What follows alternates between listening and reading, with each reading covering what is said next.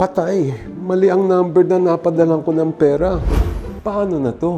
Alam nyo ba, kapag may natanggap na pera dahil sa pagkakamali, obligasyon nilang ibalik ito. Ang tawag dyan sa batas, solutio in debiti. Kaya kapag ayaw nilang ibalik, pwede silang makasuhan ng unjust enrichment dahil nakinabang siya sa hindi kanya. Maaring pumasok yan sa estafa na may parusang kulong. Paano kung nangyari ito sa inyo? Ito ang gagawin.